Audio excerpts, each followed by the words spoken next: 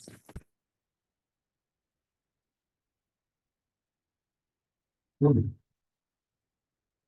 we start, Prabhu? Yes, please. Yes.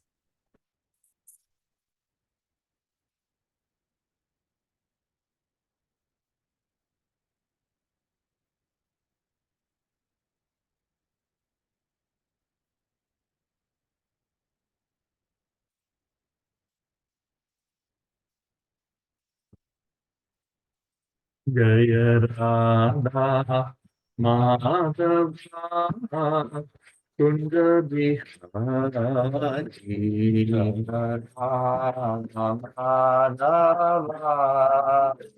Kunda Bihari Jaya Radha Madhava Kunja Bihari Rama Kunda Bihari Speaking of Giridharadhari Vidana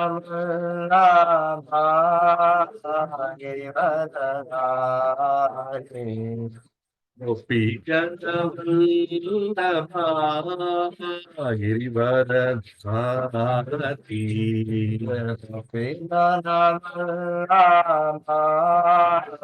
Girivaradhari Yashodhanandana Vrajajanaranjana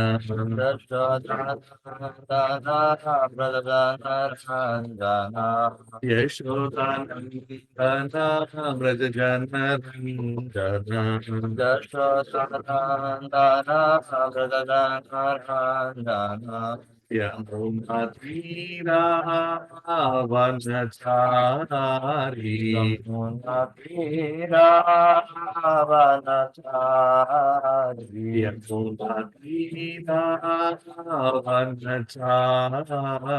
Yamunatira Vanachari Jaya Radha Madhava Kunja Bihari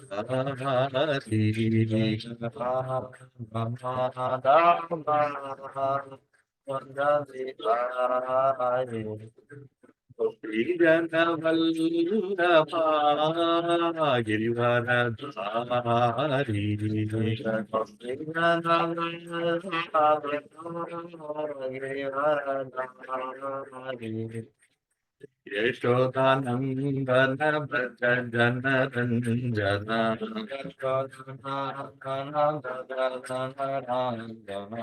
Yamuna Tira Vanachari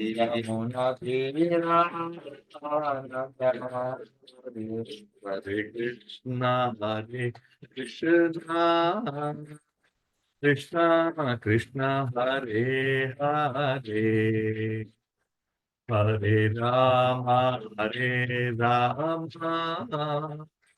Rama Rama Hare Hare Hare Krishna, Hare Krishna, Krishna Krishna, Hare Hare,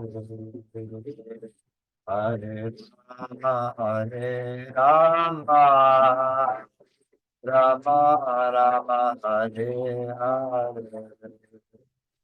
Hare Krishna Hare Krishna Krishna Krishna Hare Hare Hare Rama Hare Rama Rama Rama Hare Hare Hare Krishna, Hare Krishna, Krishna Krishna, Hare Hare, Hare Rama, Hare Rama, Rama Rama, Hare Hare. Hare Krishna, Krishna Krishna, Hare Hare, Hare Ram, Ram Ram, Hare Hare, Hare Hare Krishna, Krishna. Hare Krishna, Krishna Krishna, Hare Hare, Hare Ram, Ram Ram, Hare. Hare Krishna, Krishna Krishna, Hare Hare, Hare Ram, Ram Ram, Hare Hare, Hare Hare Krishna. Krishna, Hare Krishna, Krishna Krishna, Hare Hare, Hare Ram, Ram Ram, Hare. Hare Krishna, Hare Krishna, Krishna Krishna, Hare Hare, Hare Rama, Hare Rama, Rama Rama, Hare Hare, Hare Hare Krishna, Hare Krishna,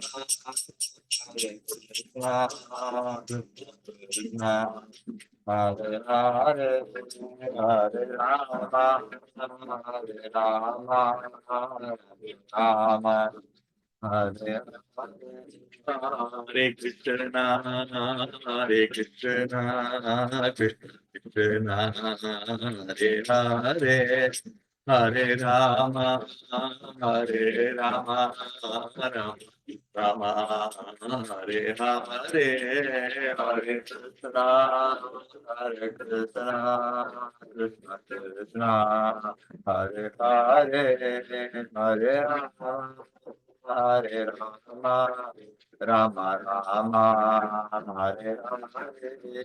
Jaya Gaurangi Bengalurishwara Gaurangi Bengalurishwara Gaurangi Gaurangi, Bangalore, Gaurangi, Bangalore, Jaya Jagannatha Jaya Baladeva Jaya Subhadra Jaya Sudarshana Jaya Jagannatha, Jaya Baladeva, Jaya Subhadra, Jaya Sudarsana, Jaya Gauranita Jaya Gauranita Gauranita Jaya Gauranita Jaya Gauranita, Jaya Gauranita, Gauranita, Jaya Gauranita, Jaya Lakshmi Narasimha Jaya Ananta Te Bhagavatam Simha Jaya Ananta Te Jaya Lakshmi Narasimha, Jaya Ananta Dev, Radha Simha, Jaya Ananta Jaya Jaya Prabhupada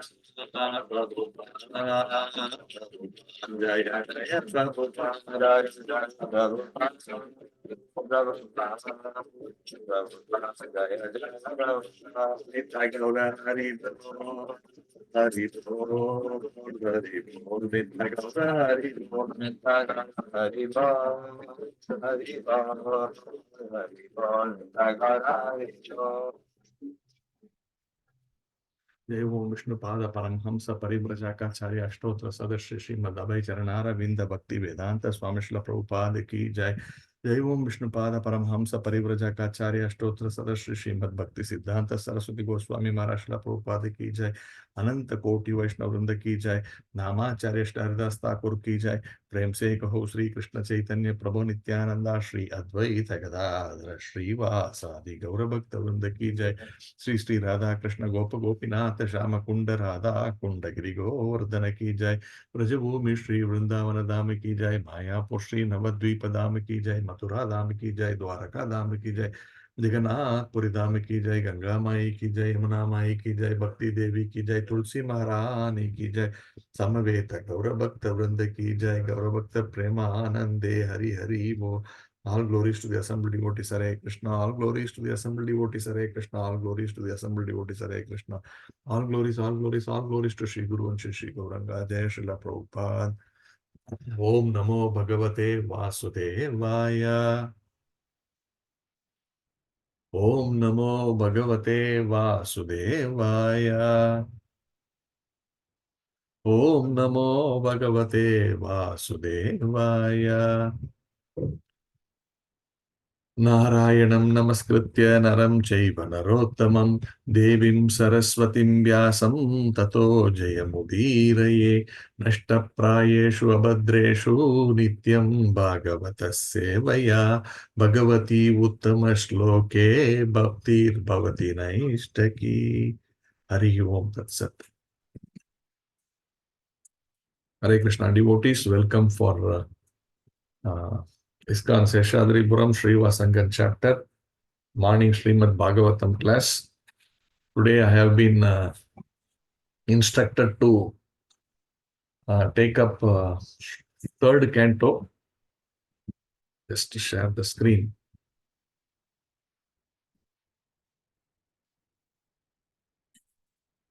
Third canto, 20th chapter, first half. So I think this totally has around 50,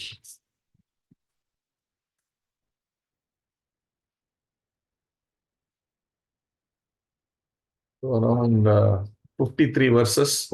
So 26, 27 verses we will see today. So this third chapter is called Status Quo, and the 20th chapter is called Conversation between Maitreya and Vidura. So let's read the verse now.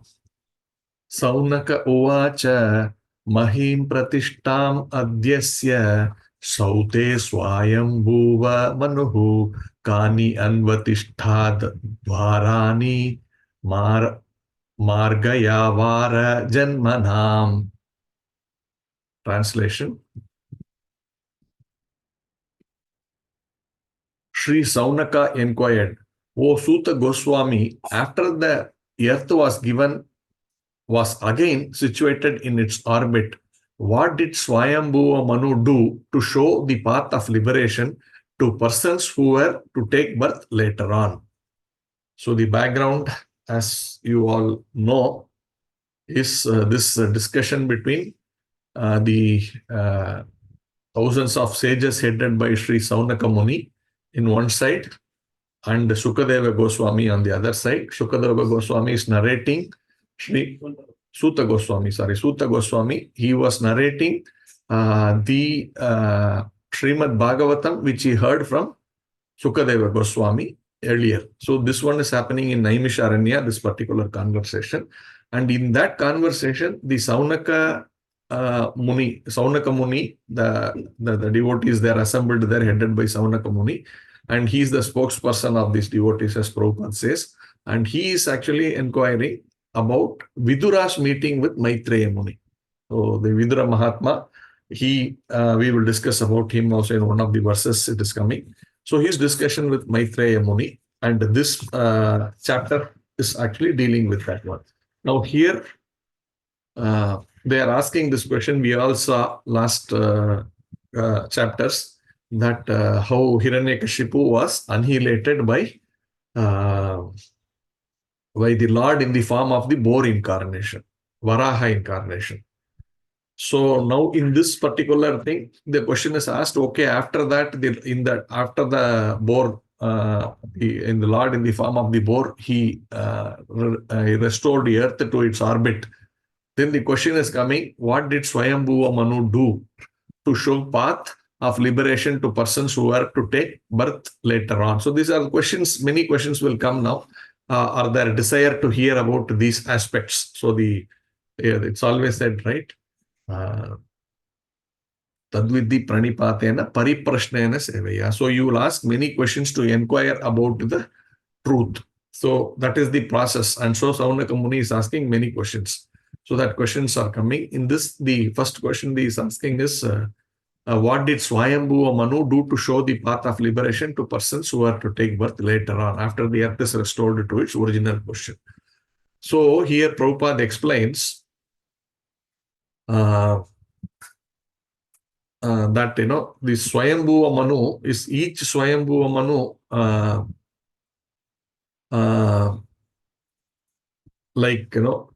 so we know a day of a Brahma consists of 1,000 cycles of the 4 yugas. So now this Brahma, he is creating assistance for himself, and he is divided that 1,000 into 14. So there are 14 Manus. So if you divide 1,000 cycles by 14, roughly it comes to around 72 cycles. Therefore, the 4 yugas like that.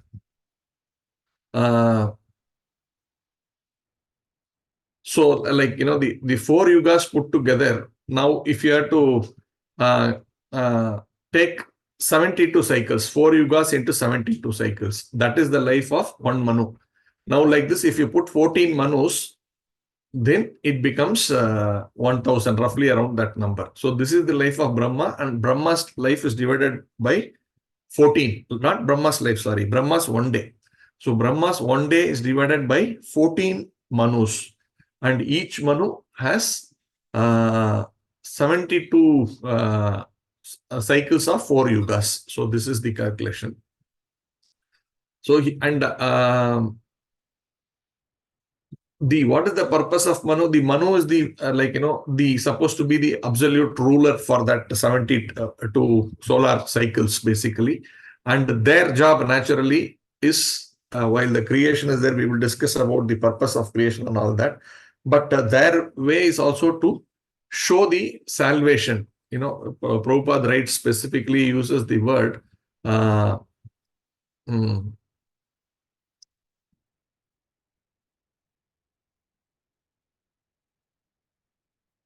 the Manus creates scriptural regulations for the salvation of the conditioned soul. So this is Prabhupada's writing. So it is understood here that Manu creates scriptural regulations for the salvation of the conditioned soul. So basically they administer, because they are the head of the entire creation organization under Lord Brahma. And their job is to administer and also ensure the citizens have a progressive path in devotional service. So this is the first verse. Now let's go to the next one. The next one, and now we will only read the translations. Saunaka Rishi inquired about Vidura, who was a great devotee and friend of Lord Krishna, and who gave up the company of his elder brother because the latter, along with his sons, played tricks against the desires of the Lord. So this is the second question they are asking. They also asked about, please tell us more about Vidura. So Saunaka Muni is asking this question at Naimisharanya to Suta Goswami. So tell us about Vidura. And Prabhupada is writing about Vidura, and he's saying, we all know Vidura Mahatma, he was a minister and a brother of Dhritarashtra, and he was, he left the kingdom. You can call it Vanaprastha, because he was sort of fed up with the work that he was doing there. And Prabhupada is explaining here, he was traveling to the sacred places, and he met Maitreya when he went to the sacred places. He met him at Haridwar.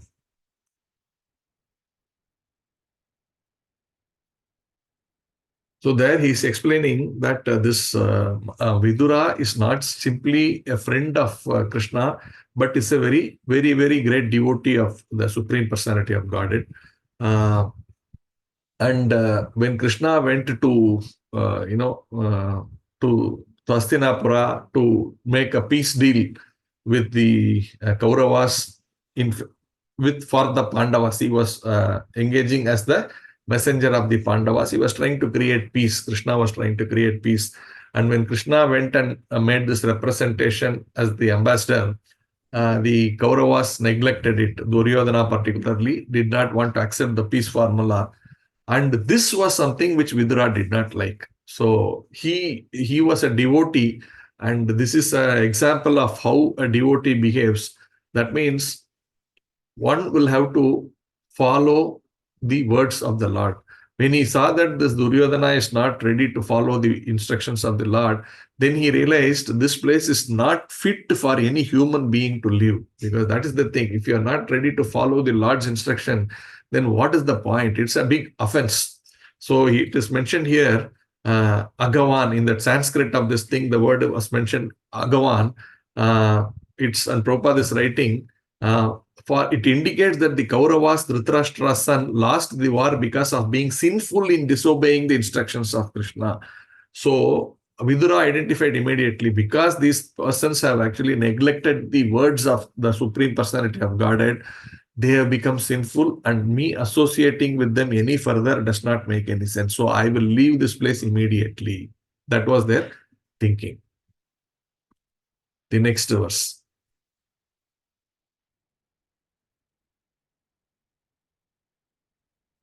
Vidura was born from the body of Vedavyasa and was not less than he.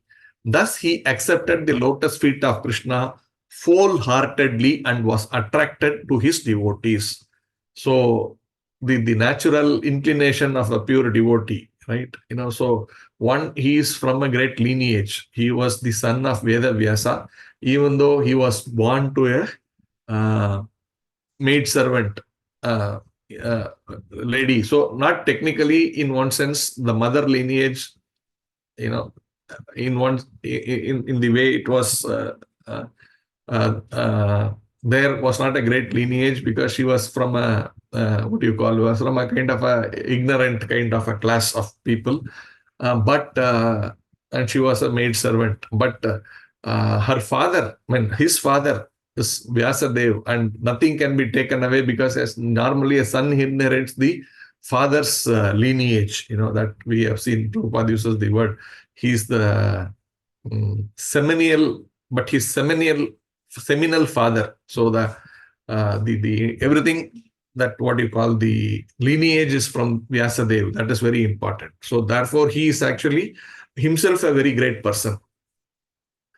Because Vyasadeva is an incarnation of Lord Narayana, who composed all the Vedic literature. So that is discussed here in this verse.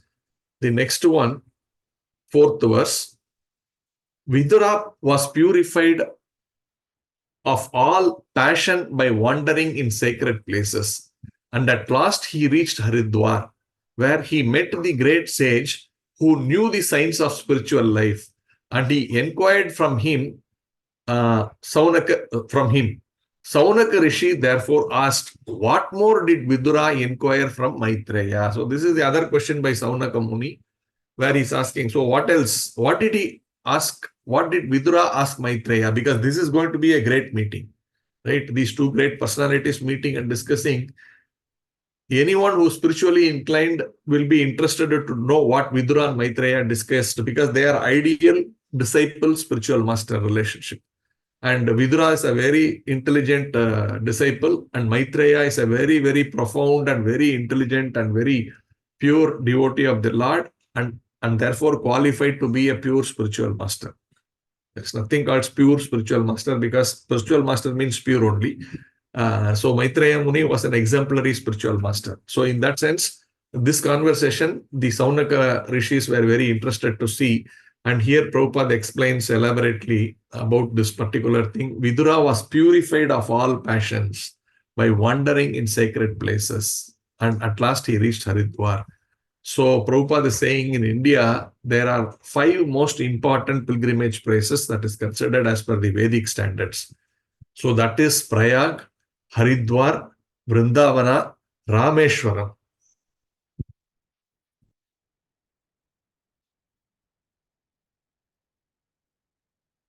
Of which the primary ones, Prabhupada, 4 have been mentioned here. Prayag, Haridwar, Vrindavana, and Rameshwaram are considered the capital, considered principal things as per the Vedic scriptures. And of all of this, Vrindavana is considered very, very powerful.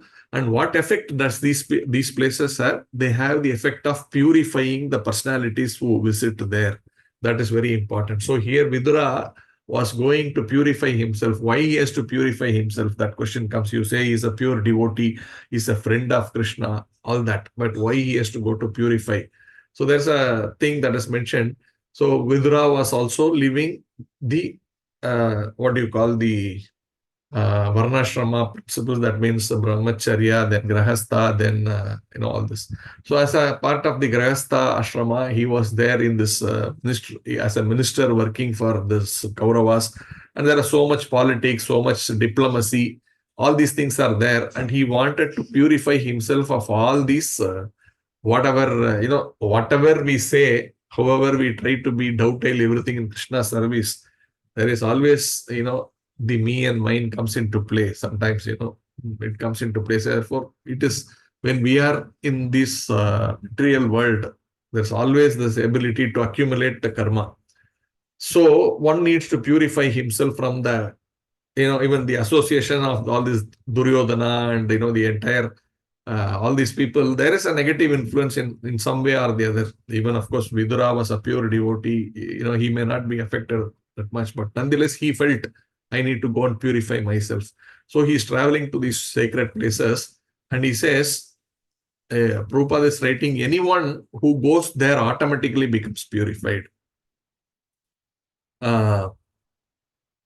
Whatever sins one person has, if he goes to these holy places, those sins are actually, a lot of these sins are removed. That is mentioned in this Vedic scriptures.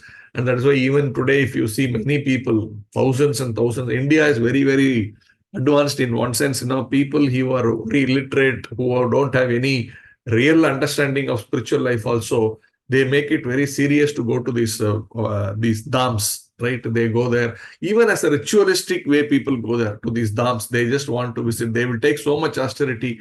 You go to Tirupati and see, they will go and lie down there on the roads only for hours. By early morning, they will somehow go and stand in that common queue.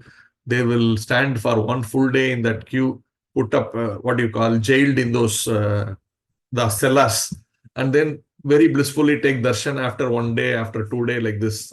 We have seen many people.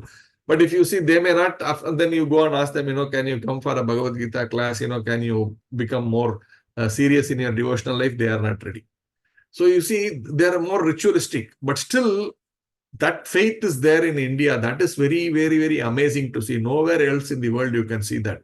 But when you go there, your sins are certainly removed. That here, Prabhupada is also talking about that.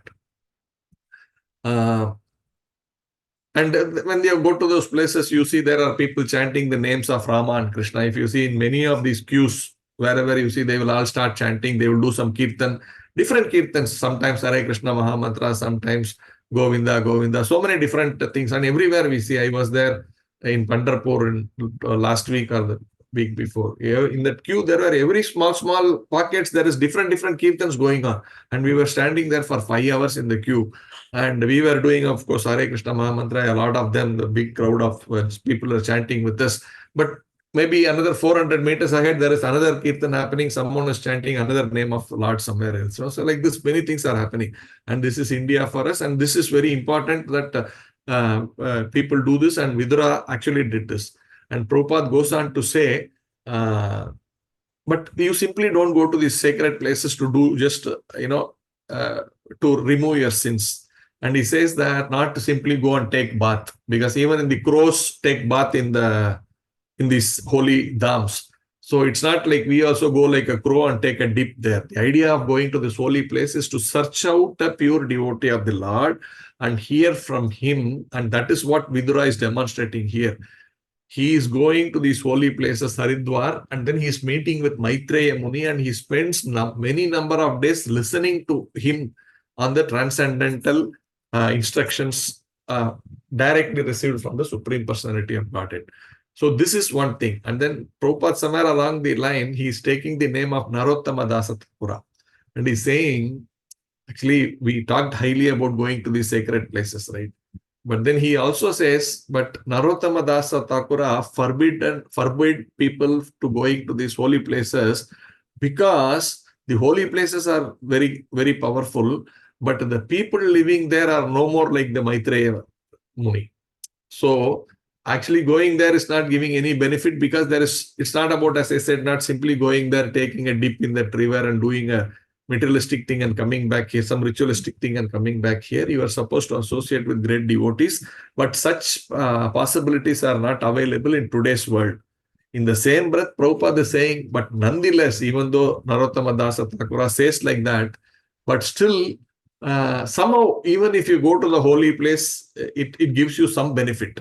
Therefore, don't avoid going to these yatras, because Narottama Dasa, of course, he said it in a sense, maybe out of frustration, to say the people living there has becoming very demoniac. We should not be saying things like that of the Dhamvasis, but Kali Yuga, all these things are happening is a statement of fact by Narottama Das Thakur. Therefore, he is saying it's not recommended. You simply remain in your place and chant the holy name. And Prabhupada is saying what he's saying is correct, but we are not so elevated, so advanced that we can sit in one place and chant Hare Krishna. Therefore, it is nice if you could go once in a while to any of these holy places and chant Hare Krishna there, even though you may not get very good association. But all this is in one sense theoretical, because today we have Prabhupada has established, pure devotee association. There are many Maharajas in many of these dhams. In every dham, Prabhupada's disciples are building our temples, and there if you go, nice Harikatha, nice wonderful Bhagavatam classes, nice Kirtan is going on. So we do get, so Prabhupada is changing this atmosphere for all of us benefit.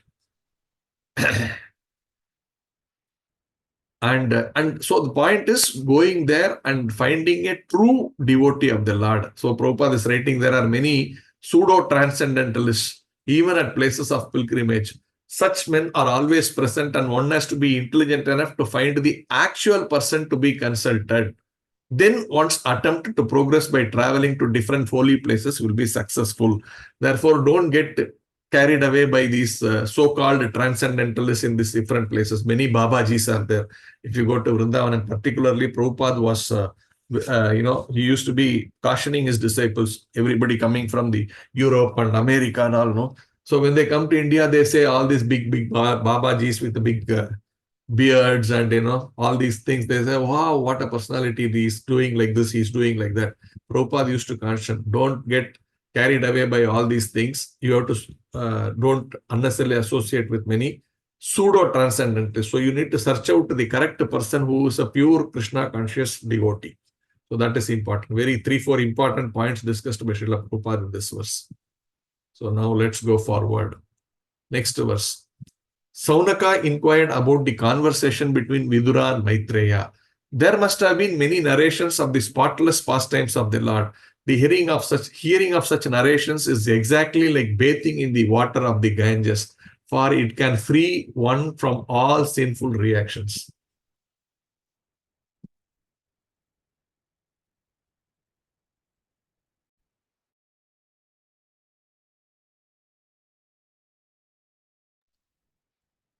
I was looking for the charger. I think the power little needs that. Okay.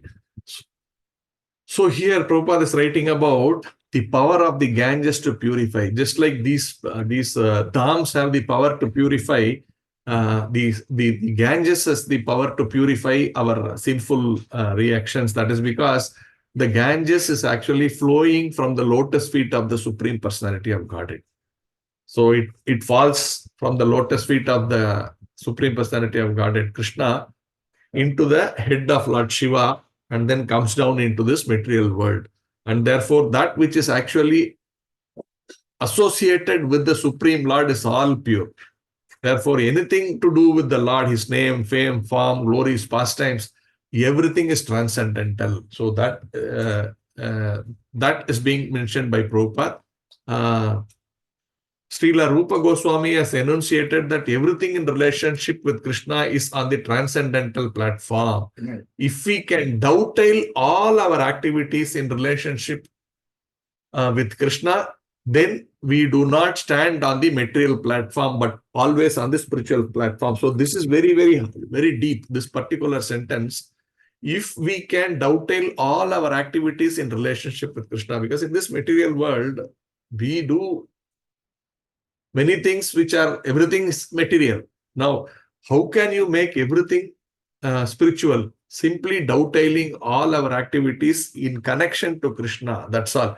If you connect whatever you do to Krishna, then that becomes spiritual. Just like this laptop. Generally, it is material. It is completely ugra karma. If you see, otherwise, we are using it so hard for all our office work. These days, it becomes 24/7. Right. So this is completely material, and avoid it from a spiritual perspective. But if you are able to use this laptop for like doing something like a class for talking about the Krishna's greatness, or reading Srimad Bhagavatam or Bhagavad Gita, this is immediately transformed into a spiritual object. It is no more a material object. So like this, how can we transform everything what we do, dovetail them in Krishna's service? That is the point that is being discussed here. The next one. O Suta Goswami, all good fortune to you. Please narrate the activities of the Lord, which are all magnanimous and worth glorifying. What sort of devotee can be satiated by hearing the nectarian pastimes of the Lord? So this is the other thing where, that desire to hear more and more about the Lord is being discussed here. And Prabhupada says, a pure devotee will never want to keep Srimad Bhagavad Gita, Srimad Bhagavatam down.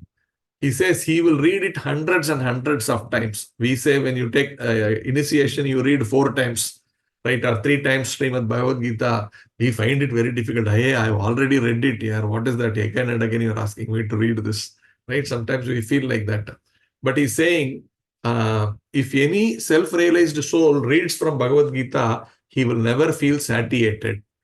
The narrations of Bhagavad Gita and Srimad Bhagavatam may be read thousands and thousands of times, and still, without fail, new aspects of the subject matter will be released by the devotee. So that is the other thing. Now, if you read first time, you understand something.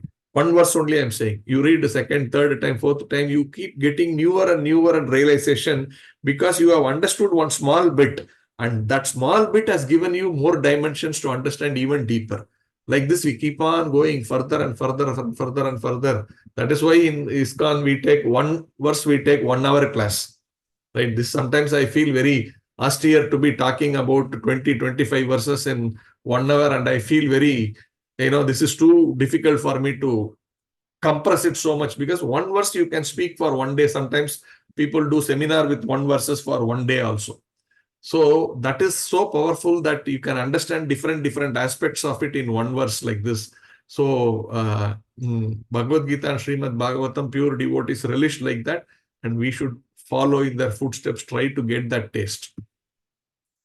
The next verse.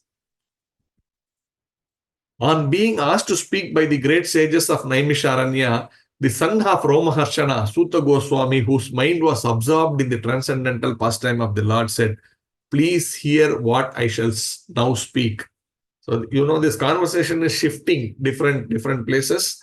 Right now, this discussion is between Saunaka Rishi and Sutta Goswami. So now, after they made these 4 or 5 questions they have made, and then Sutta Goswami is saying, "Okay, I will speak about whatever you have asked. Please hear from me." That's all. There's no purport for this one. The next one, 8th verse. Sutta Goswami continued. Sutta Goswami continued, "Vidura, the descendant of Bharata, was delighted to hear the story of the Lord, who, having assumed by his own divine potency the form of a boar, had enacted the sport of lifting the earth from the bottom of the ocean and indifferently killing the demon Hiranyakashipu. Vidura then spoke to the sages as follows." So here the mention about the Lord taking the form of boar is mentioned. And what is mentioned here? It is said, having assumed by his own divine potency the form of a boar. Therefore, this form of a boar that the Lord has attained is not like us who get a body not based on what we can decide, but it is based on our activities. So if I had been too much attached to a house, I may become either a watchman or a dog in the house. I come back in the same house because house will live for 200, 300 years. I may die. But if I am attached to the house, I may come as either a dog to keep watch of this house, or as a watchman, or I don't know, some ant or something underneath that house like this. So Prabhupada has mentioned like this sometimes in different, I've heard this. So the point is, we are getting a body based on our whatever, karma, what we thought at the time of our death. But the Lord is not bound by his karmic reactions. He decides what he wants to become, whichever form he takes. And it is mentioned for the living entity, there is only 8.4 million species of body. But the Lord has innumerable bodies. He can take whatever form he likes. So that is being mentioned. And Prabhupada is using this particular word that, by his own divine potency, he is taking the form. There, he is using that to refute the Mayavada philosophy. Because the Mayavada version, that when Brahman assumes a form, the form is accepted from Maya, they are saying. So they are basically saying that, a Brahman or which is, the part and parcels. We are also in one sense Brahman. It says when we are covered by Maya, we accept a form. That means the God who is, when he is slightly covered by Maya, he accepts a form as being mentioned. And therefore the Jiva is also Brahman. And because he got covered by Maya, he has become a human being. This is the version of the Mayavadis. And Prabhupada is refuting. How come, if that is true, then why it is saying that the Lord is taking this out of his own potency, that he cannot be covered by Maya. Like we are covered by Maya, and because of that, we do so many material activities thinking I am the doer, and in the process I get karma, and because of that karma, I get a body given by Maya.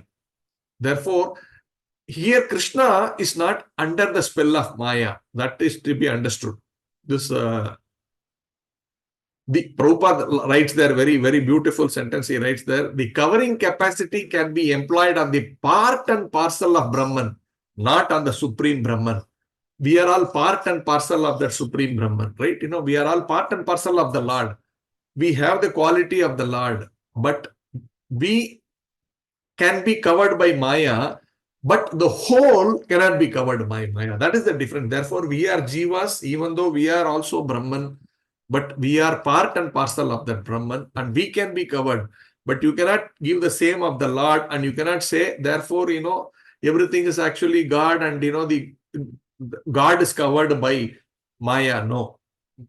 Another verse we will discuss that. The Maya is controlled by the Lord, but the part and parcel are covered by Maya. That is the other important thing. The next verse, verse number 9. Vidura said, since you know of matters inconceivable to us, tell me, O holy sage, what did Brahma do to create living beings after evolving the Prajapatis, the progenitors of living beings? So now here another question, but this time by Vidura to Maitreya Muni. So Sutta Goswami is telling Saunaka Rishi and the other Munis that Vidura is asking this question. So now the conversation is shifting to, as in like, what do you call the scene is shifting there. He's saying, okay, you see, this is happening. And there, what they are speaking is coming here. Vidura said, since you know of matters inconceivable to us, tell me, O sage, holy sage, what did Brahma do to create living beings after evolving the Prajapatis, the progenitors of living beings?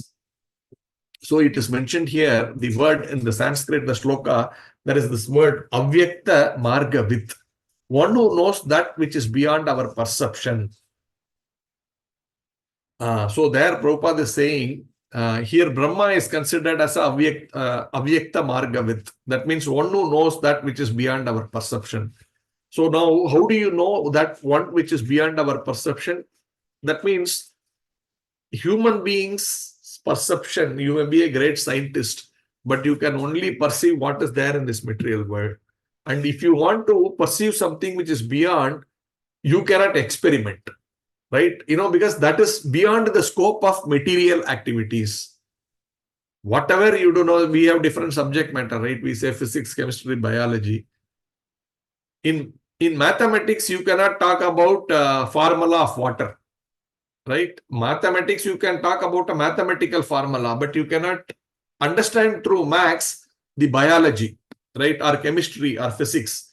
There may be some maths involved. They may say H2O. Therefore, 2 molecules of hydrogen. 2 is mathematics. But still, the entire mathematics cannot be applied to chemistry. That like this, when we are researching into material things, there are some things which are beyond the perception of material conception. Krishna is saying, right, with this material eyes, you cannot see me. I will give you spiritual eyes by which you can see me. To Arjuna, he says like that. Therefore, if you have to understand things which are beyond your perception, then you have to accept the authority and not simply speculate. That is being mentioned. The first avyakta murti, avyakta margavit or authority is Brahma. And the next authority in disciplic succession is Narada. Maitreya Rishi belongs to that disciplic succession. So he is also a avyakta margavit. That way for us, Prabhupada is avyakta margavit And in the process, we can become Avyakta Margavit. It's important because we are in disciplic succession. We repeat what the superior has said. Then you become Avyakta Margavit with verse number 20. Almost halfway mark. I think we are also halfway mark in terms of the time. 6:45 to no, little more than that. Let's see how it goes. Vidura inquired, how did the Prajapatis, such progenitors of living entities as Marichi and Swayambhuva Manu, create according to the instructions of Brahma, and how did they evolve this manifested universe?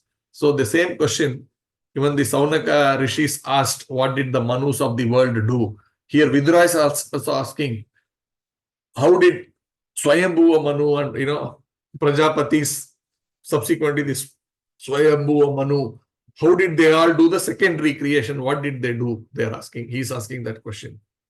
No purport for this by Prabhupada. Go on to the next one. Next one also no purport. Did they evolve the creation in conjunction with their respective wives? Did they remain independent in their action? Or did they all jointly produce it? See the question. He's asking, so that further creation means what? So many other new bodies to be created, new what do you call like for example, you have to create for example what do you call subtle things, right? Like for example, you have to create night, you have to create day, you have to create anger, you have to create this, that, these are all things which are not simply bodies, but there are so many other components to this creation like that. And all this needs to be created. Then he's asking this question, how did they create it? Did they do it like the bodies, for example, to be created? Did they do it with their wife? That means, did they impregnate the wife and then together they created? Or did they remain independent in their action? That means they did not need any help to create that another body. Like, today we are talking about these things, right? From the body, they take a cell, and from that cell, they create one more body. Cloning, they say, right? Like that. So many things are there like this happening. So did they not need the help of their wife to create that? Or did all of them join together and create something out of that, right? So many things, like many rishis join together and chant some mantras and something else comes out of that. We have seen such things, right? So did they all join together and produce it? Vidura is asking such questions to Maitreya. No purport, of course, for this. 12th verse. Maitreya said, when the equilibrium of the combination of the three modes of nature was agitated by the unseen activity of the living entity, by Mahavishnu, and by the force of time, the total material elements were produced. Very technical. If you read this, when the equilibrium of the combination of the three modes is Rajas, Tamo, and Sattva. These are three modes. They are there. And when they are agitated by the unseen activity of the living entity, then the second player is Mahavishnu. And by the force of the time, that is the third player. So by all of these three things, the total elements were produced. So we think, wow, that means I am also one of the creator, right? Because it says unseen activity of the living entity. Then Mahavishnu is also there, and then the force of time is there. How do you understand all of this? Only Prabhupada can explain. This is so technical. We get, sometimes we may get puffed up thinking, oh, by my only all this creation happened, because in Bhagavatam says, by the unseen activity of the living entity. Of course, I am a living entity. That way we think. But Prabhupada explains very beautifully. See, why this material world is created. There is no need for the material world. If we are all actually perfectly situated in our constitutional position as spirit soul, as the servant of the Supreme Personality of the Godhead. If that is the situation, there is no need for this material world. But because I desired to independently lord over the material nature, the Lord was so merciful. Oh, this person has this desire. Then how he cannot do this here, because this place cannot accommodate that. And therefore, I will create something for him. So Mahavishnu is the main player here. But how our unseen activity of the living entity is just our desire to lord it over material nature. Because we wanted to lord over material nature, our desire, Mahavishnu, who's actually the facilitator, he is doing it and then he is putting it in a kind of a time cycle. And therefore, the force of time comes into play. Therefore, the first cause is Daiva. That means of the conditioned soul's desire that I want to enjoy. Then the Lord says, okay, if you want to enjoy, here, I give you the facility. And he creates these elements of material nature that we will see in a later aspect, a time of it. That entire thing is called Mahat Tattva, right? He created that material through which this material universe can be created. It is in the spiritual world, in one corner, he sits and he creates this ingredients which are required for this material world, because this Jiva is interested to forget me and enjoy himself. I will create a studio where he can go and think he's the enjoyer or he's the creator. Let him go inside that. Like we also do know, sometimes we go to this Wonderland, places like that, and you are put inside one room and you are made to experience some weightlessness, this, that, so many things like that. So that is all temporary. It is created just to make you give that experience. In reality, that is not the case. Like this, the Lord creates, okay, I will create a specific room. Inside that room, you can do all your nonsense, whatever you want to do. So that is the whole thing. So, but why did that room creation start? What is the first thing which started that creation is because I wanted to enjoy that. Therefore, I said, okay, chalo, I will give you. So this is what is the mood of the Lord. Prabhupada says,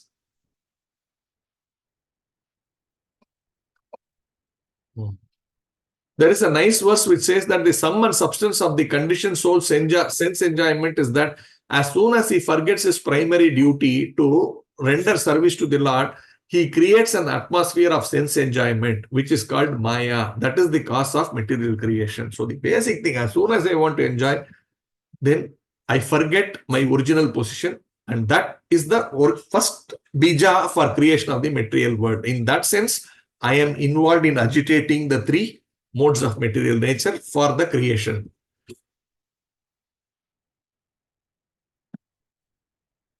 And it is also mentioned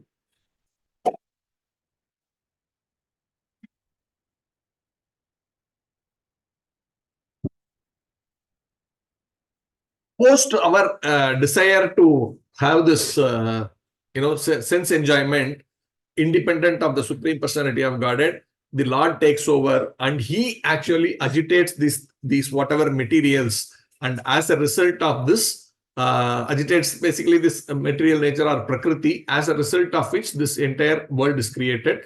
And in that, we understand through this Srimad Bhagavatam that there are three Vishnus who are there. So the three Vishnus are the Mahavishnu, or the Karanodaka Sai Vishnu, and then there is Garbhodaka Sai Vishnu, and lastly Kshirodaka Sai Vishnu. So that we will understand in the first canto of Srimad Bhagavatam, that was very elaborately discussed. And here also, Prabhupada is discussing about it, we will discuss that as we go forward. The working of that energy are difficult to comprehend, but it is understood from Vedic literatures that the conditioned soul creates its own destiny. That means my desire to lord it over material nature, and is offered a particular body by the law of nature under the superintendence of the Supreme Personality of Godhead, who always accompanies him as Paramatma. So we create the desire. Because of the desire, that the Lord creates this, uses the Mahat Tattva, the ingredients for the material creation of this magic world where I think I am the enjoyer. And then the Jiva is given the facility to come inside this world. And inside this world, I am enjoying. But the Lord is still sitting inside my heart as Paramatma and giving me remembrance and saying, hey, you wanted to enjoy this. Then we remember that in a subtle way, and we start chasing that desire. And in the process, we keep trying for it, and the entire journey of our life journey of our enjoying our desires come. I want to become this. I want to become this. I want to become an expert in this. I want to get that name. I want to get that. One by one, everything, whatever we desired, it's all fructified in that manner. So now let's go to the next verse. As impelled by the destiny of the Jiva, the false ego, which is of three kinds, evolved from the Mahat Tattva. in which the elements of Rajas predominates. From the ego in turn evolves many groups of 5 principles. Again, technical. How do we understand all these things? But if you break it into small things, you will understand. As impelled by the destiny of the jivas, the false ego, which is of 3 kinds, evolved from the Mahat Tattva. So from that Mahat Tattva, the 3 modes of material nature came. And he says, no, in which the element of Rajas predominates. So the 3 kinds which develops from that false ego are this 3 elements, which are Rajo, Tamo, and Sattva. And of this, Rajoguna is predominant because basically I developed this desire to lord it over nature. That is Rajoguna. And that is predominant. But there is also goodness and there is also ignorance. With all these 3, the one component of the Mahat Tattva is these 3 which is created. And subsequently, from the ego, in turn, evolved many groups of 5 principles. Many groups of 5 principles means there are 5 items. Like this, there are many 5 items. So, and Prabhupada is explaining what are these 5 items.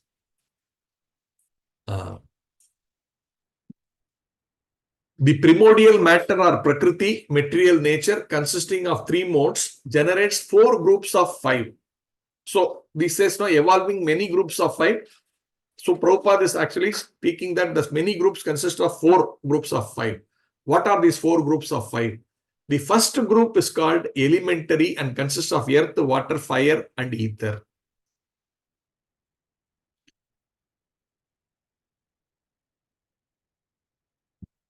Okay, so these 4 elements in this 5, this one is there: earth, water, air, fire, and ether. 5 items in this 1 unit of 5. The second group of 5 is called Tan Matra, referring to the subtle elements. That is the sense object. Sense objects are sound, touch, form, taste, and smell. The third group is the 5 sense organs for acquiring knowledge: eyes, ear, nose, tongue, and skin. And the fourth group is the 5 working senses: speech, hand, feet, anus, and genitals. So these are the 4 groups of 5 elements. 4 5s are 20 has been discussed. And Prabhupada is saying, some people think that there is one more group of 5. Other than these 4 groups of 5, there is one more group of 5. And one group is the sense object, one is the 5 elements, one is the 5 sense organs for acquiring knowledge, another is the sense for working. And the 5th group is the 5 deities who control these divisions. That Prabhupada is not elaborating. The 5 deities, they say, they say God, basically Mayavads, they are looking at the whole thing as not simply by the Supreme Lord. They create one more division of 5, and those 5 are considered as, to my mind, one is Lord Ganesha, then one is Lord Shiva, one is Surya Dev, then one is the Shakti, Shakti, and one is also Vishnu. But in their understanding, all these 5 are actually the component of the Brahman. That, there's nothing, one of them is not a supreme or anything like that. All these are players within that entire Brahman. That is the way they think about it. And therefore, Prabhupada has not discussed about this 5th element, even though that is not officially from this point of view. But he mentions there is also this other 5. Next one. He says some people think like that, he has mentioned. Next to 14th verse. Separately unable to produce the material universe, they combined with the help of energy of the Supreme Lord and were able to produce a shining egg. So all of these different items like the ego, water, earth, all of these things by themselves, they are of no value. So all these things were created, Mahat Tattva. From that, all these ingredients are there. Just like you have atta, you have oil, you have all of these things. But where is the chapati? Right? That needs a combination in a particular way. You do it in a nice combination, then it becomes a very palatable dish. So like this, that combination is created by the Supreme Lord. So when the Lord actually joins these powers, they becomes nice chapati. Otherwise, they are simply atta, water, oil, tawa. These are different things. But when they are combined by an expert, which is the Supreme Personality of Godhead, then a shining egg is created.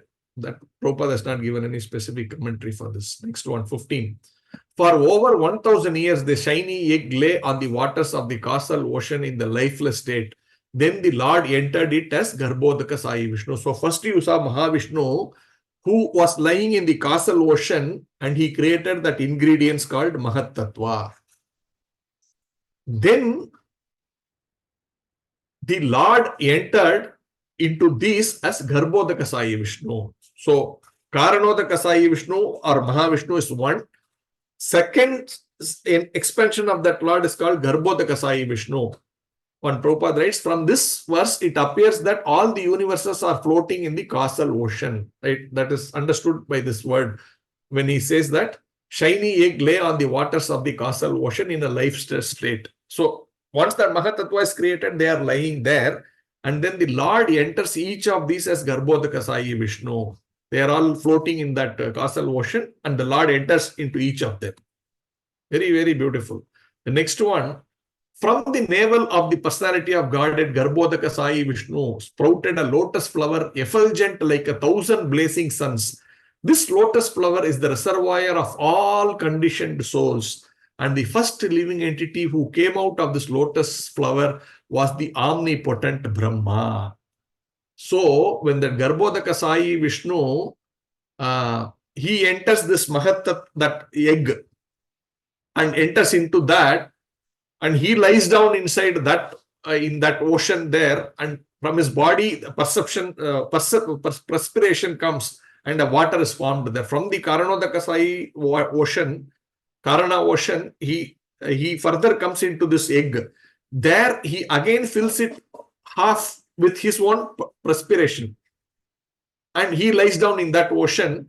And when he's lying down in that ocean, from his sprout comes a beautiful lotus, and says, what is there in this lotus is all the living entities. When the earlier annihilation happened, all the living entities lost their bodies, and they all merged into the body of the Lord. Right? We have seen this. Now, all these living entities will lie down there in the night of Brahma, not after the Brahma's annihilation. They are sleeping there. No, they can't do anything. They have a lot of desires to do so many things, but they are simply sleeping. After millions of years, the Lord again gives them an opportunity to come out and continue their journey of self-realization. So, when that lotus is coming, all of these jivas are already impregnated into that lotus flower. And on top of that lotus flower, the first created being comes out. So, because Brahma also had a desire to come and experience, that's why he's a jiva.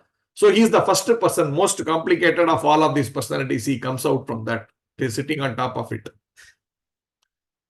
That is what is explained here. And that is for it is mentioned that lotus is effulgent. Therefore, we are also having that effulgence. And if you see, the spiritual world is effulgent by itself. That is mentioned, that Prabhupada discusses about that. And the Lord, of course, is also effulgent, and that effulgence is called Brahma Jyoti. And the Vaikuntha planets are also effulgent. Why? Even these jivas are effulgent in that. That lotus is a combination of all of us originally. Before we came to this material world, or when we came, before we were actually dispatched, we were all part of that lotus. That is what is being mentioned. Next verse. 320. When that supreme personality of Godhead who is lying on the Garbhodaka ocean entered the heart of Brahma, Brahma brought his intelligence to bear, and with the intelligence invoked, he began to create the universe as it was before. So this point that is mentioned is as it was before. Therefore, when the world is annihilated, when it is recreated, everything happens the same way. So this planet is called Earth before it was annihilated, and after it annihilated, and when it is recreated, the same place is again called Earth. The same person is called again Brahma. He is not given a different name at that time. So that is mentioned here, that Prabhupada clearly says that. And how Brahma, even though he comes out, is highly empowered, almost like God, he's saying, Prabhupada. He's saying he's got the capacity almost like Vishnu. Very independent. That means it's saying like sometimes when the big promoter puts a very professional CEO, the CEO is almost independent. He can't ask everything to the owner. Then the owner himself can run the company. So he is empowered. The CEO is empowered to take all major decisions because the promoter knows the CEO is very competent, and with his knowledge, he can do everything he needs to do. But he empowers him initially, right? Like this, Krishna empowers Brahma, and he becomes almost as powerful as Krishna. This is almost. That doesn't mean he is. But you have to understand, he derives that power only from Krishna. That point we need to understand in this verse. The next one. First of all, Brahma created from his shadow the coverings of ignorance of the conditioned soul. They are 5 in number and are called Tamishra, Andha-Tamishra, Tamas, Moha, and Maha-Moha. There are 5 things which are all considered the covering of ignorance. Because the first and foremost thing, if I am fully conscious, I will know that I am in the spiritual, I was in the spiritual world, and I am a servant of Krishna. Then how I can enjoy here? Because my desire was to enjoy independent of Krishna. That is why Krishna gave me this world. Therefore, first I should be covered by ignorance. Then I can enjoy, right? If I know that this is not real, how will I really enjoy? I will become self-realized. Then there is no need for me to be here. But I wanted to be here. Therefore, the Lord is very merciful. Okay, I will give you forgetfulness. You go think that you are so-and-so and enjoy there. Just like when you go to these amusement parks, you behave like children, right? You splash in the water, you do that. Because as elders in our house, if we do, people will think we are mad. So we are creating a place. Okay, in that place, you can also behave like a child. Go there and enjoy. So that atmosphere makes you feel like that. That, you are very in the water, you splash around, you giggle, you do all these things, because that atmosphere makes you forget that you are a professor or you are a CEO of a company. You behave like a child there. So Krishna is creating that for us here.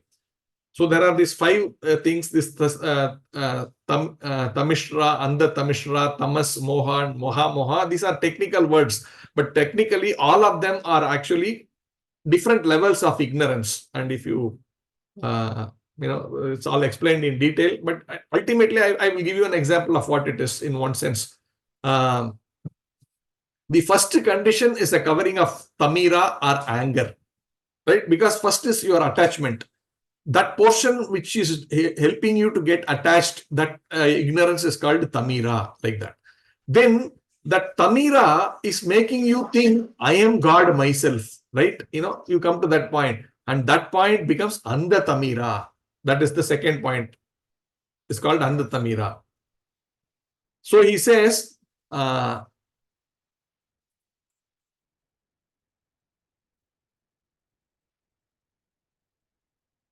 so the first one is, as I said, that I am the enjoyer. Like God is enjoyer, but you think I am the enjoyer. There you becomes tamira. The second one is where you think I am God. That is andha tamira. It is even more deeper. Second level. And andha tamira is, okay, sorry. So the first one is thinking that I am the ultimate enjoyer and almost thinking I am God. That is tamira. The andha tamira is, many people do not want to have spiritual realization. They don't want to come into the sphere of spirituality. They think life is there to enjoy. Just simply enjoy life. And at the end of it, everything ends. That's all. There is nothing called karma. There is nothing called this, that. This is one life you have. Now you have your senses. Enjoy it to the maximum. And that is it. Don't worry about what consequences there and all. If I die, what is there after that? Everything goes back into the dust. There is nothing called then I am existing after that or I'll come back. This is called andha tamira. This is basically atheists who think like that. There, Prabhupada talks about that in 2nd chapter of Bhagavad Gita also, right? Even if you don't think, all this spiritual is not there, what is the point? You just kill them, nothing will happen. You kill them, they'll go back into the dust. What is there? Why do you worry? There's nothing called sin. Prabhupada uses that argument. This is for the atheists. That is andha tamira. The third one is what? The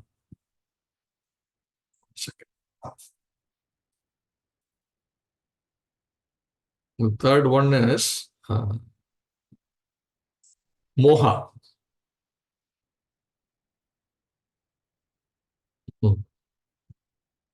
So he says, in ignorance in this material world are simply guided by sex life. And as soon as they get the opportunity for sex life, they become attached to so-called home, motherland, children, wealth, and opulence.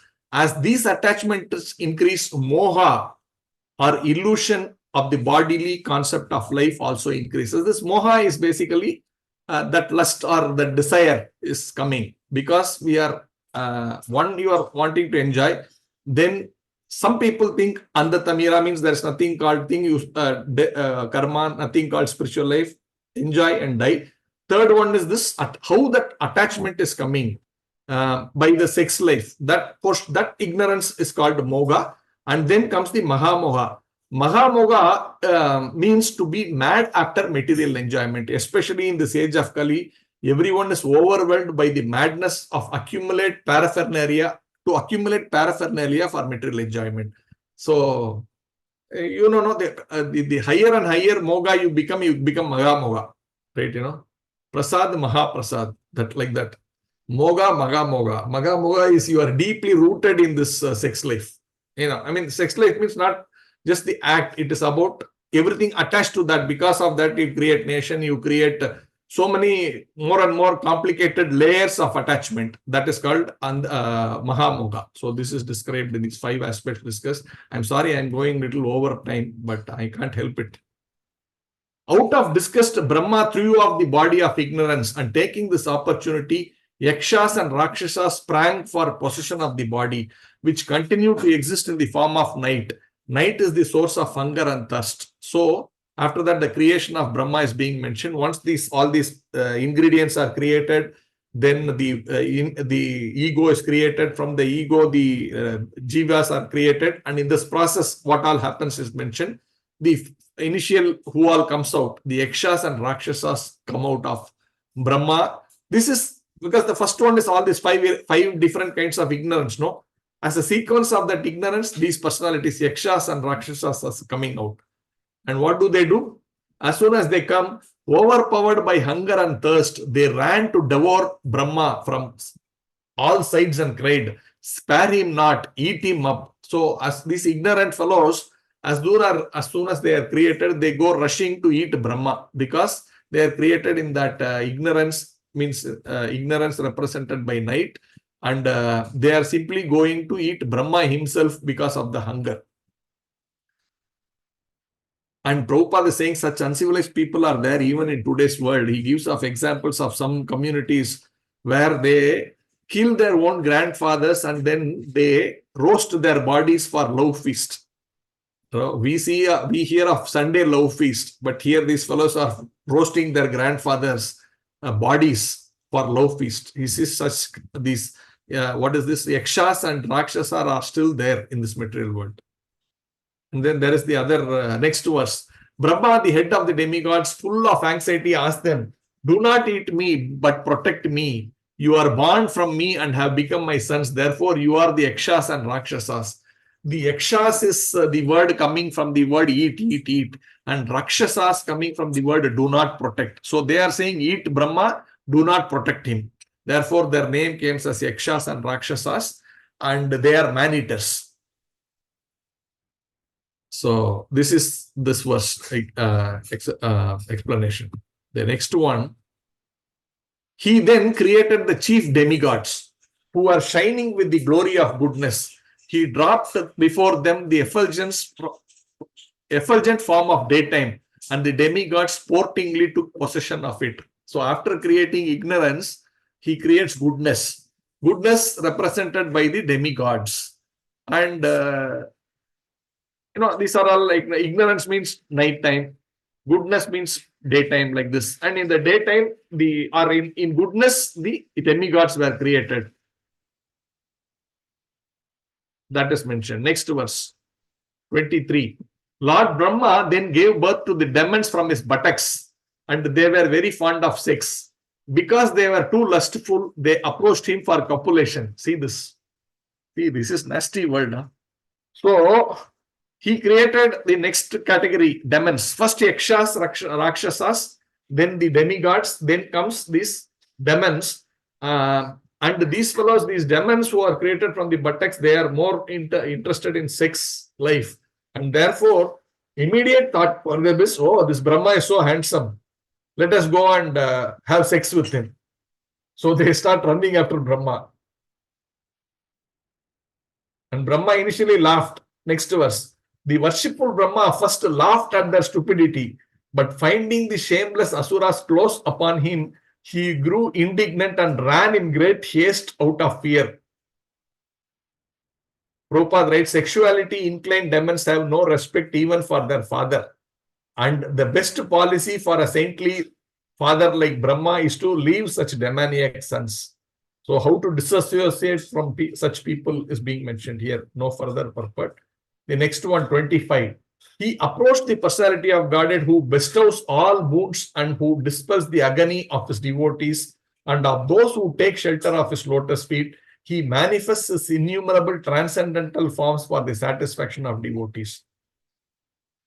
So here Prabhupada writes, therefore Lord Brahma, see this, Lord Brahma is running to his shelter, which is the Supreme Personality of Godhead, where these people are coming after me for sex, whom I only created.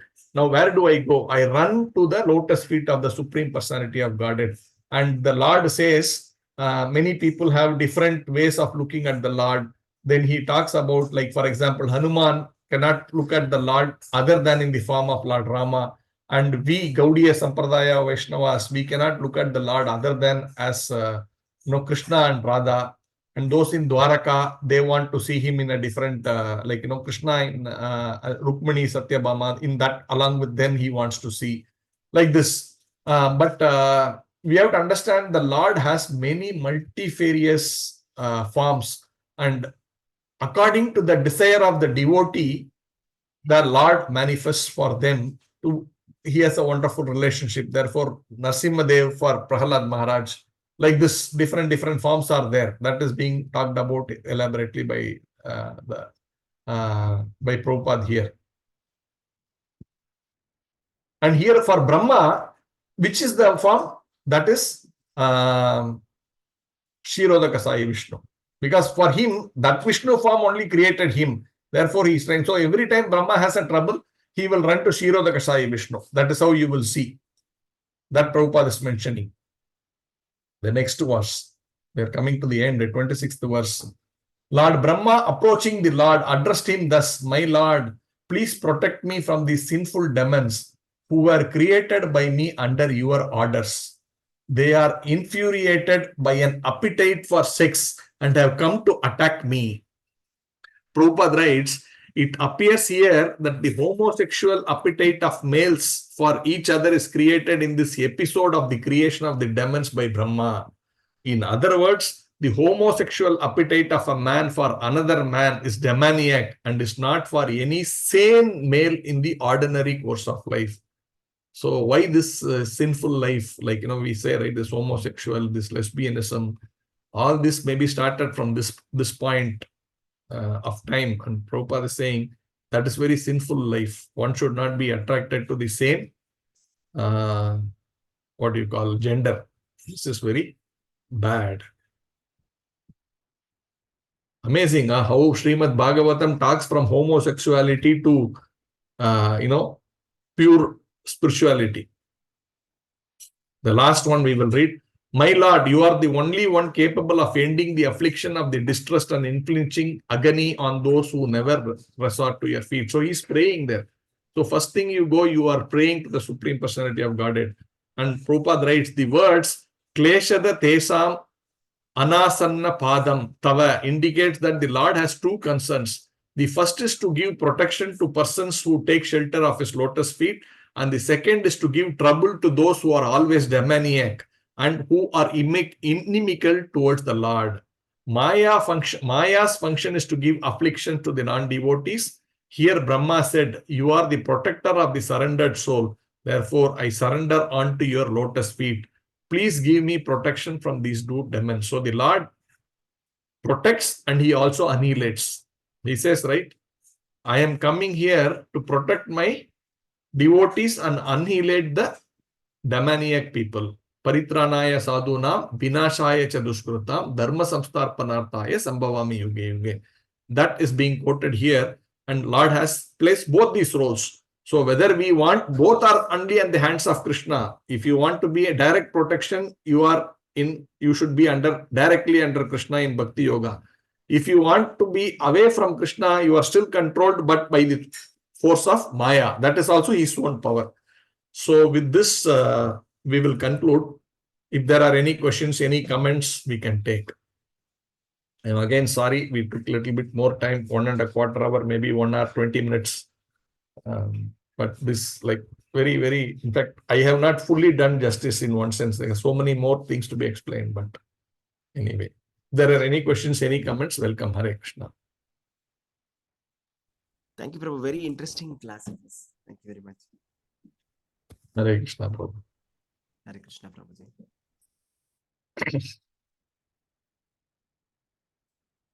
Too much covered. Therefore, you don't know what to ask.